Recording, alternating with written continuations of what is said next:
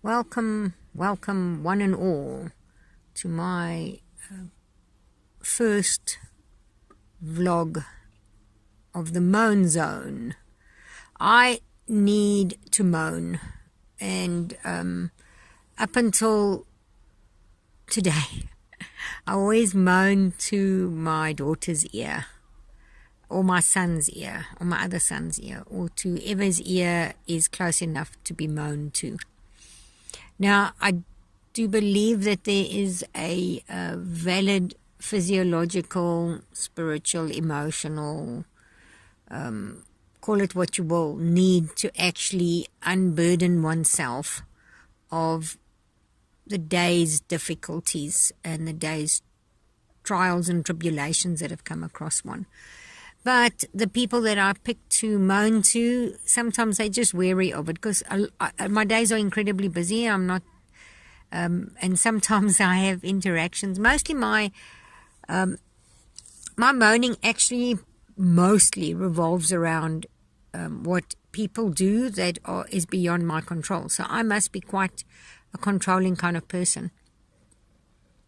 But I have a lot of interaction with clients or client staff or clients' children, or clients' dogs.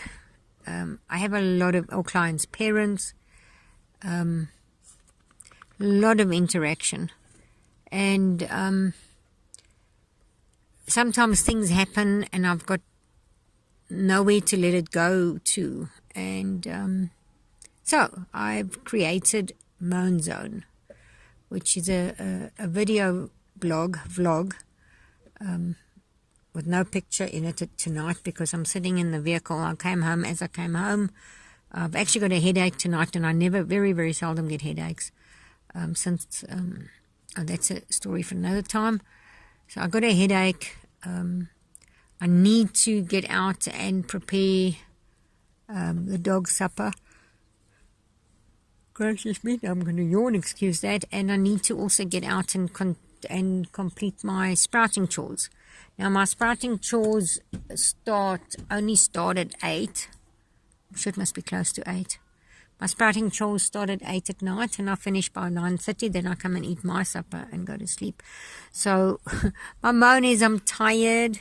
It's been a long day. I ended up hearing a really someone related to me about the situation they in due to the bosses. I don't know, I don't like the word boss, but due to the employers'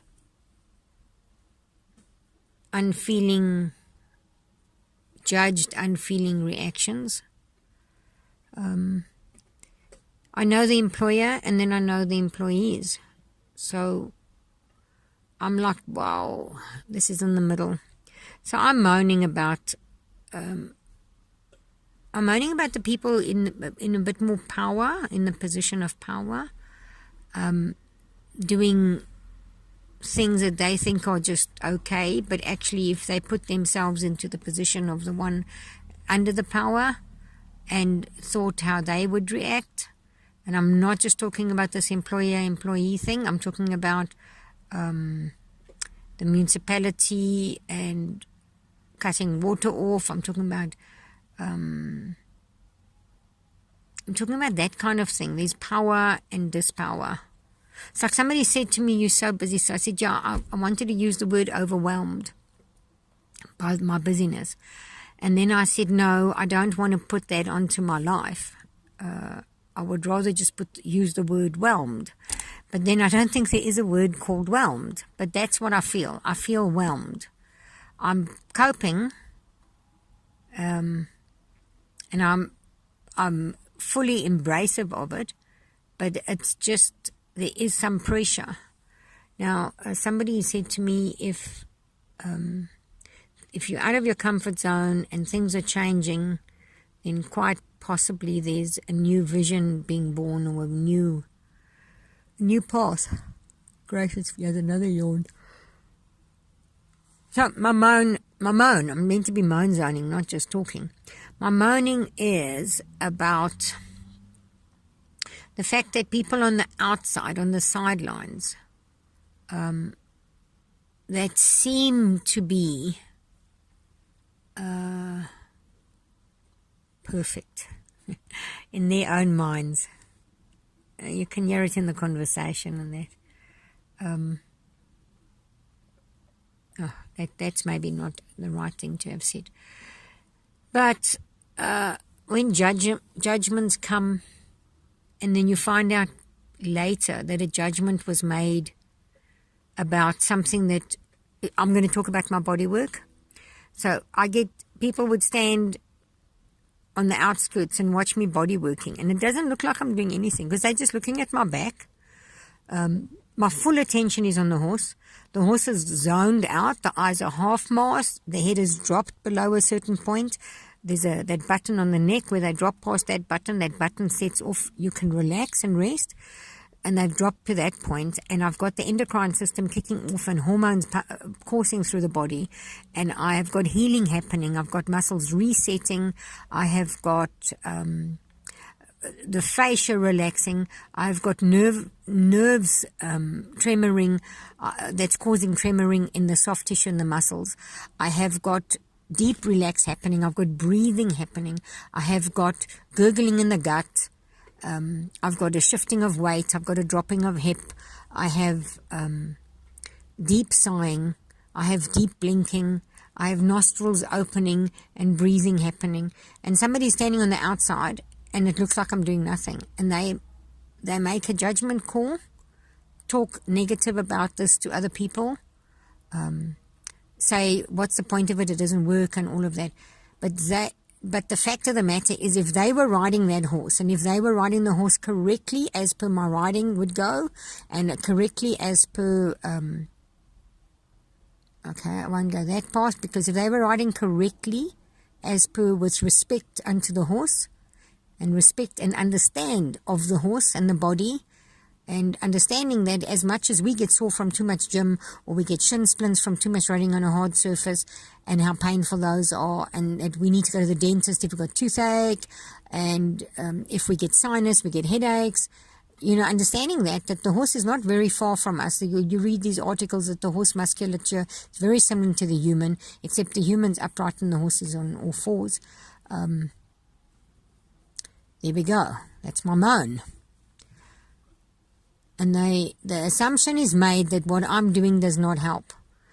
Now, if you're, as I say, if you're riding correctly, and your horse has tension, either soft tissue, fascia tension, holding patterns, restrictions, adhesions, and I've worked on the horse and that's left, you will feel it if you were riding properly.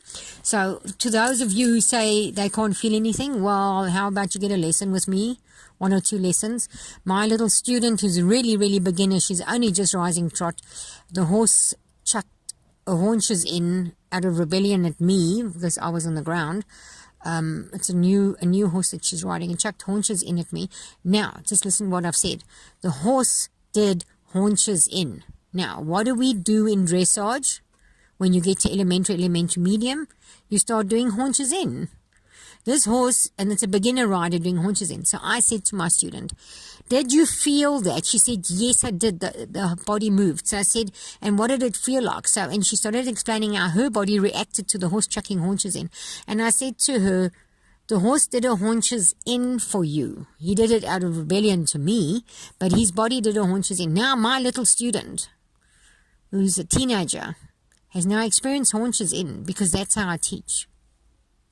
So if you watch me teaching, and I was like, wow, that's awesome. Now somebody else would say the horse disobeyed or whatever. No, the girl learnt what haunches in is. And she says, when am I going to use haunches in? So I said, well, if you're doing dressage, then only much, much later. But if you're doing our classical riding, which isn't dressage test, you want them to do that at any time. I said, the trick is you're going to ask for haunches in, and then the horse must give it to you, as opposed to the horse chucking haunches in when you didn't ask for it. But the thing is, what better way for the students to learn? So now, I would have an outsider sitting there, making a judgment, and I'm thinking about one specific person, a work rider, And she won't obviously get to this vlog because I decided not to put it on Facebook but to put it on YouTube. It's very long now. But yes, that is my my moan zone today, is that people on the sidelines will have a conversation and they've never spoken to me on my method. They've just made a decision that it doesn't fit their brain capacity of what they think teaching should be, which is kick with spurs, hit with whips. I don't do that. Pull the horse on the bit. So my other little student was riding a horse that's poked its nose way in the air. So this is what I told the student. I said, put your hands forward and give the rein back to the horse. Let the horse's mouth go so that he can come into the correct frame. And voila, he came up into the frame. Because the minute he's been ridden with a very tight hand, and his only way to resist this bit that's what he couldn't, they obviously used the wrong bit, was to poke his nose and put all his lip weight onto the rein, on the bit. And I said, the minute we gave the horse the thing, and I asked the judge, tell him to lift his back, lift his back. So the student, also, it's not even a teenager yet, because you're only a teenager after 13, so she's not even 13. And she was able to get this horse on the bit with a loose rein, because we re-educating the horse's brain. So every now and then I tell her, once he's put himself into the correct frame, then I say, take up your rein so that you can just feel his lips, and so that he can just feel your fingers, and then he maintains the frame. But if you were sitting on the outside, you would think, why is she riding with her arms way too far forward, and a loopy rein? And you would be wrong again. Your judgment would be incorrect. So, anyway, obviously somebody made comments somewhere. Very offended. I'm offended. The scriptures say offense will come. Offense will come. Well, it came and it created the moan zone. So, if anybody listened to the thorough end of the moan zone, logging out.